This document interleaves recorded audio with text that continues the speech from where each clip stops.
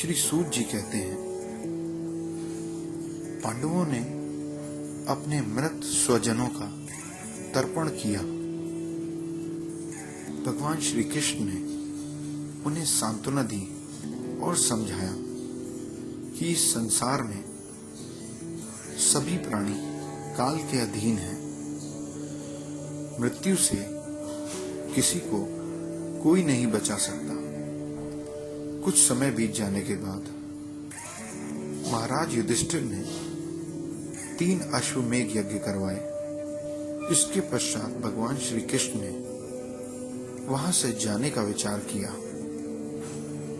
उन्होंने इसके लिए पांडवों से विदा ली और व्यास आदि ब्राह्मणों का सत्कार किया। उन लोगों ने भी भगवान का बड़ा ही सम्मान किया। भगवान सात्विक और उद्धव के साथ द्वारिका गमन के लिए रथ पर सवार हो गए। उसी समय उन्होंने देखा कि उत्तरा भयभीत होते हुए उनकी तरफ दौड़ी चली आ रही है। उत्तरा ने कहा, हे प्रभु, ये दहकता हुआ लोहे का बाण मेरी तरफ चला आ रहा है। हे प्रभु, ये भले ही मुझे मार डाले, पर कृपा करके मेरे गर्भ की रक्षा कर लीजिए। भगवान श्री कृष्ण उसकी बात सुनते ही जान गए कि हो ना हो अश्वत्थामा ने पांडवों के वंश को समाप्त करने के लिए ब्रह्मास्त्र का प्रयोग किया है। उसी समय पांडवों ने देखा कि जलते हुए 5 बाण उनकी तरफ भी आ रहे हैं। भगवान श्री कृष्ण ने तत्काल अपने सुदर्शन चक्र से उन 5 बाणों को नष्ट कर दिया तथा उत्तरा के गर्भ का पांडवों की वंश परंपरा चलाने के लिए अपनी माया कवच से ढक लिया। यद्यपि ब्रह्मास्त्र अमोघ है, उसका कोई उपाय नहीं, परंतु भगवान श्री कृष्ण के तेज के आगे वह भी शांत हो गया। इस प्रकार पांडवों के वंश की रक्षा करने के बाद जब भगवान श्री कृष्ण जाने लगे, तब अपने पुत्रों और द्रौपदी के साथ सती कुंती ने भगवान श्री कृष्ण की इस प्रकार वंदना की। द्रौपदी ने कहा, हे प्रभु, आप समस्त जीवों के बाहर और भीतर एक समान स्थित हैं, फिर भी इंद्रियों और वृत्तियों से कहीं दिखाई नहीं देते, क्योंकि आप प्रकृति से परे आदि पुरुष परमेश्वर हैं। मैं आपको नमस्कार करती हूँ। इन इंद्रियों से जो कुछ इस जगत में संसार में जान पड़ता है, उसकी तह में आप ही तो हो, और अपनी माया के पर्दे से अपने आप को ढके रहते हो। मैं अबोध नारी भला आप जैसे पुरुषोत्तम श्री हरि को कैसे जान सकती हूँ। जैसे मूढ़ लोग दूसरा भेष धारण किए हुए नट को प्रत्यक्ष देखकर भी नहीं पहचान पाते, वैसे ही आप भी दिखते हुए भी दिखाई नहीं देते। आप शुद्ध हृदय वाले लोगों के हृदय में आकर विराजमान हो जाते हो। हम अल्प बुद्धि स्त्रियां आपको कैसे पहचान सकती हैं। आप श्री कृष्ण, देवकी नंदन, वासुदेव, नंद गोप के लाडले लाल गोविंद को हमारा बारंबार प्रणाम है, जिनकी नाभि से ब्रह्मा का जन्म स्थान कमल प्रकट हुआ और जो सदा सर्वदा अपने गले में कमल के फूल की माला धारण किए रहते हैं, जिनके नेत्र कमल के समान विशाल तथा कोमल हैं और जिनके चरण कमलों में कमल का चिन्ह है। ऐसे आप श्री कृष्ण को बारंबार प्रणाम है। जैसे आपने कंस के द्वारा कैद की हुई देवी देवकी की रक्षा की थी, वैसे ही पुत्रों के साथ मेरी भी आपने बार बार रक्षा की है।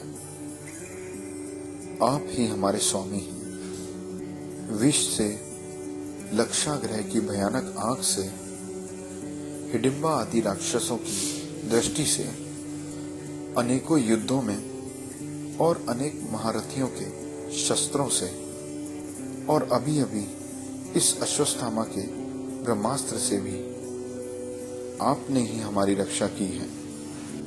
हे जगत गुरु, हमारे जीवन में पग पग पर विपत्तियां आती रहें, क्योंकि विपत्तियों में ही निश्चित रूप से आपके दर्शन हुआ करते हैं, और आपके दर्शन हो जाने पर पुनः जन्म मृत्यु के बंधन में नहीं पड़ना पड़ता। ऊंचे कुल में जन्म, ऐश्वर्य, विद्या और संपत्ति के कारण जिसका घमंड बढ़ गया है, वह अबोध मनुष्य तो आपका नाम भी नहीं ले सकता, क्योंकि आप तो उन्हीं लोगों को दर्शन देते हैं जो इन चीजों से परे हैं। हे प्रभु, आप निर्धनों के परम धन हैं। ये माया का प्रपंच तो आपका स्पर्श भी नहीं कर सकता। आप अपने आप में ही विहार करने वाले परम शांतमय स्वरूप हैं।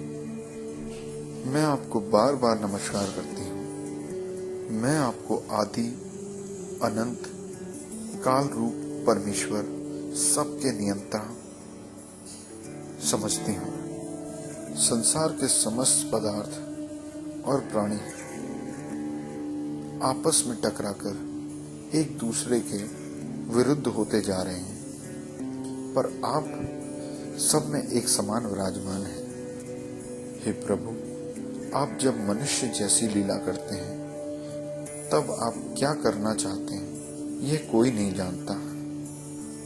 आपका यहाँ न कोई प्रिय है और न ही कोई अप्रिय है। आप विश्व के आत्मा और विश्व रूप हैं। न आप जन्म लेते हैं और न कर्म ही करते हैं, फिर भी पशु, पक्षी, जलचर, मनुष्य, ऋषि आदि रूप में आप ही जन्म लेते हैं, और उन योनियों के अनुसार दिव्य कर्म भी करते हैं। यह आपकी लीला ही तो है। जब बचपन में आपने दूध की मटकी तोड़कर यशोदा मैया को परेशान कर दिया था, और उन्होंने आपको बांधने के लिए हाथ में रस्सी ले ली थी, तब आपकी आंखों से आंसू छलक आए थे। आपकी आंखों का काजल कपोलों पे बह चला था, और आपने डर के मारे अपना मुख नीचे की ओर झुका लिया था। आपके उस रूप की लीला छवि ध्यान करते ही मैं मोहित हो जाती हूँ। भला जिससे भय भी भय मानता है, उसकी यह दशा। आपने अजन्मा होकर भी जन्म क्यों लिया? इसका कारण कई लोग कई तर्क देकर समझाते हैं। हे भगवत वत्सल प्रभु, क्या अब आप हम प्रेमी जनों और आपके आश्रित सभी को छोड़कर जाना चाहते हैं? आप जानते हैं कि आपके चरण कमलों के अतिरिक्त हमें और किसी का भी सहारा नहीं है। जैसे जीव बिना इंद्रियों के शक्तिहीन हो जाता है, वैसे ही आपके दर्शनों के बिना हमारा अस्तित्व ही क्या रह जाएगा।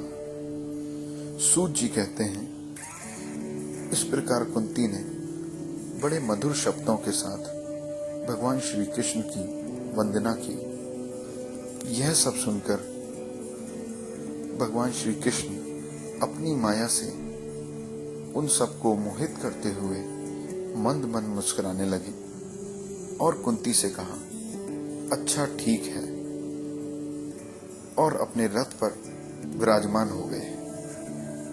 और कुंती और सब पांडवों के साथ हस्तिनापुर को चले गए। कुछ समय पश्चात वे कुंती और सुभद्रा और पांडवों से विदा लेकर जब हस्तिनापुर से लौटने लगे तो बड़े प्रेम से युधिष्ठिर ने उनसे कहा कि प्रभु आप मत जाइए। राजा युधिष्ठिर को अपने बंधु बांधवों की मृत्यु का अत्यंत शोक हो रहा था। भगवान श्री कृष्ण ने कुछ समय और रुककर तरह तरह के वृत्तांत सुनाकर युधिष्ठिर के शोक को शांत करने का प्रयास